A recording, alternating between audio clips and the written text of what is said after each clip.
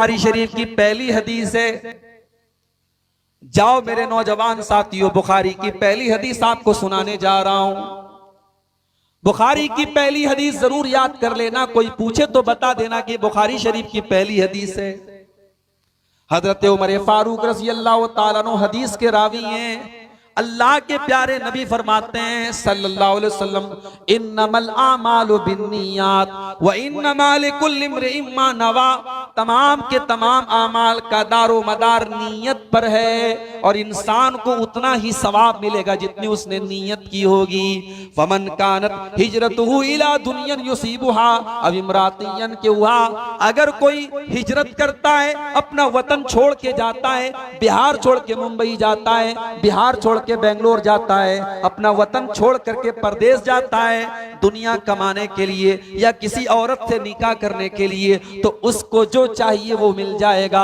वमन कानत हिजरतुहु इलल्लाहि व रसूलिही फहिजरतुहु इलल्लाहि व रसूलिही, और जो अल्लाह के लिए अपना वतन छोड़ता है, जो रसूल के लिए अपना वतन छोड़ता है, जो अल्लाह और उसके रसूल के लिए हिजरत करता है, उसको हिजरत का सवाब मिलेगा। वतन दोनों छोड़ रहे हैं। एक इंसान बेचारा बर्मा में रहता था, वहां दीन पर अमल करने में परेशानी आ रही थी, बेचारा अपना वतन छोड़ करके हिंदुस्तान आता है, किसी और मुल्क में जाता है। उसका मकसद है अपने दीन को बचाना, अपने ईमान को बचाना। उसने भी वतन छोड़ा है, लेकिन मकसद है अल्लाह के लिए और उसके दीन के लिए उसने वतन छोड़ा है। और एक और इंसान है जो अपना वतन छोड़ करके कहीं और जाता है पैसा कमाने के लिए, किसी औरत से निकाह करने के लिए, वतन वो भी छोड़ रहा है। अमल सेम है, फर्क दोनों में क्या है? एक की नीयत दुनिया कमाना है और एक की नीयत अल्लाह को खुश करना है। तो जो अल्लाह को खुश करने के लिए हिजरत करेगा उसको हिजरत का सवाब मिलेगा, और जो अपना वतन छोड़ेगा दुनिया के लिए और कारोबार के लिए, उसको कोई सवाब नहीं मिलेगा।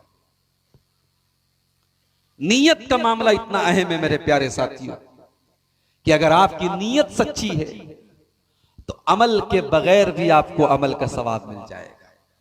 अभी आपने अमल नहीं किया, लेकिन आपकी नीयत अगर सच्ची है तो आपको सवाब मिल जाएगा। अल्लाह ने फरमाया वमन यखरुज मिन बैतिही मुहाजिरन इलल्लाहि व रसूलिही सुम्मा युद्रिकुहुल मौत फक़द वक़ा अजरुहु अलल्लाह। जो अल्लाह के रास्ते में हिजरत करने के लिए जाता है और रास्ते में उसका इंतकाल हो जाता है, उसकी मौत हो जाती है, उसका सवाब अल्लाह ताला क्या मिलेगा?